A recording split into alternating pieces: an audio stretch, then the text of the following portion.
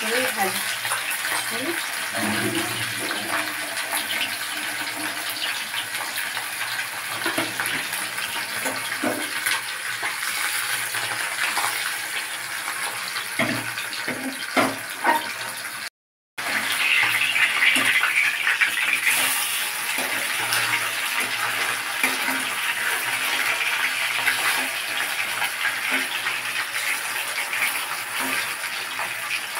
মাছে শুধুমাত্র নুন হলুদ মাখানো আছে।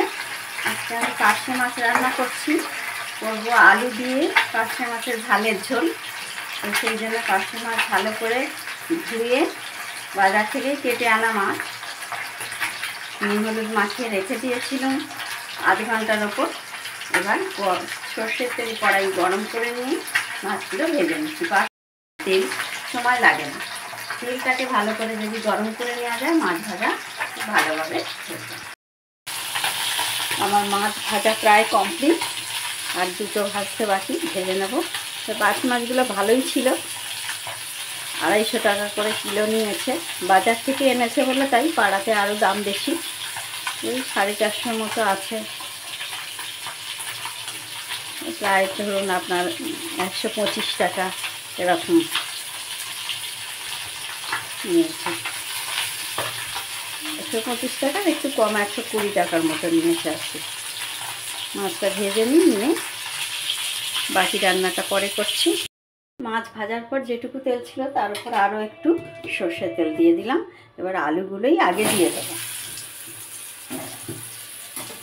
দিয়ে কাঁচা লঙ্কাটাও দিয়ে দেবো।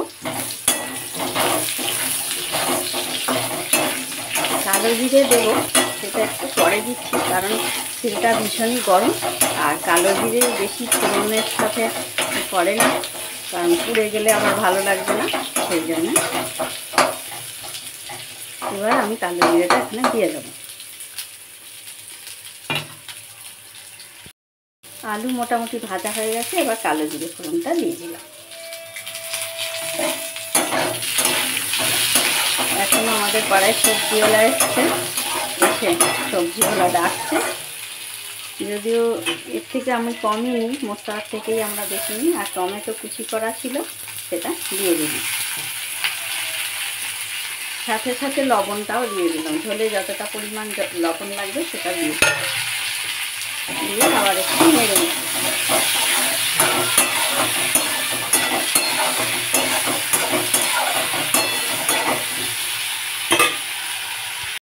এখানে মশলা বলতে আছে সর্ষে বাটা, 2 রকম সর্ষে বাটা, আর লঙ্কা গুঁড়ো, হলুদ গুঁড়ো, এটা একসাথে এবার একটু জল দিয়ে মিশিয়ে নেব।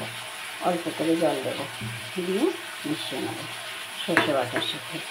এবার যেহেতু আমার টমেটোটা নরম হয়ে গেছে, মশলাটা আমি দিয়ে দিলাম।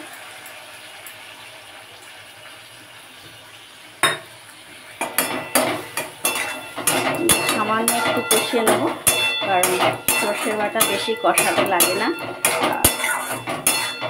এই জন্যই সর্ষে বাটা কাঁচা লঙ্কা লবণ দিয়ে বাটলে অতটাও খেতে পারি না। অনেক সময় আমি সর্ষেটাকে বাটাটাকে জল দিয়ে ধুয়ে নিই, নিয়ে সর্ষেটা দিই, আর তলায় যে খোসা মতো থাকে, যতই ভালো করে আমরা বাটি না কেন, বিশেষ করে শিলে একটু খোসা থেকেই যায়, সেটা ফেলে দিই। মশলা ধোয়া একটু জল দিলাম,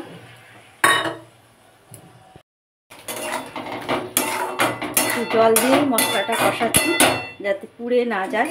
মশলা পুড়ে গেলে কিন্তু তরকারির স্বাদটা নষ্ট হয়ে যায়। সবসময় চেষ্টা করে মশলাটা যাতে না পুড়ে যায়, সেরকম হলে একটু জল দিয়ে কষিয়ে নেবেন। কষানো হয়ে গেলে টমেটোগুলো আমি ছোটো ছোটো টুকরো করেই দিয়েছি, তো একটু ভেজে দিচ্ছি। কাঁচা লঙ্কাটা ফাটিয়ে দিয়েছি, আর এতে তো লঙ্কা গুঁড়ো আছে, তাই ভালোই ঝাল হবে।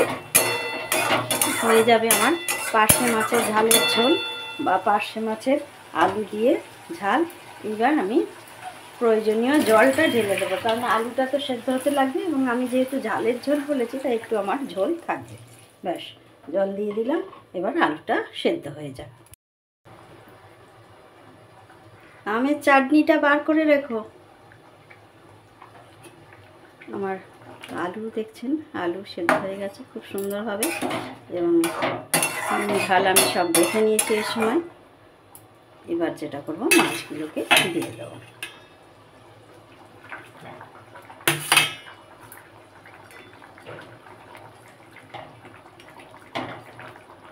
মাছগুলো একটু ফুটে উঠলেই দিয়ে দেবো। মাছ ভাজা যদি ভালো হয় তাহলে কিন্তু মাছের আস্তে গন্ধটাও চলে যায়। আর মাছ যদি ঠিকঠাক ভাজা না হয় তাহলেও কিন্তু আর একটা জিনিস, মাছ ধোবার সময় সবসময় চেষ্টা করবেন যেন মাছের গায়ে আঁশ না থাকে। মাথার দিকে আঁচ থাকে বেশি, লেজের দিকে আঁচ থাকে বেশি।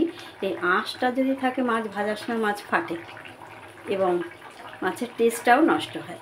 তাই সবসময় মাছ ধোয়ার সময় মাংস যেমন কম জলে ধুতে হয়, মাংস যেমন কম জলে ধুতে হয়, মাছ কিন্তু বেশি জলে পরিষ্কার করে ধুতে হয়। যত ভালো পরিষ্কার করে মাছ ধোয়া হবে, মাছ টেস্ট তত ভালো হবে, মাছ ভাজতে সুবিধে হবে, মাছ ফাটবে না এবং আষ্টে গন্ধটাও অতটা থাকবে না।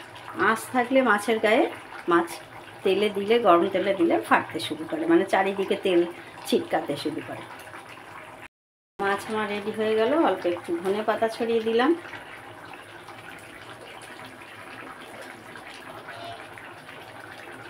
এবার নামিয়ে নেব।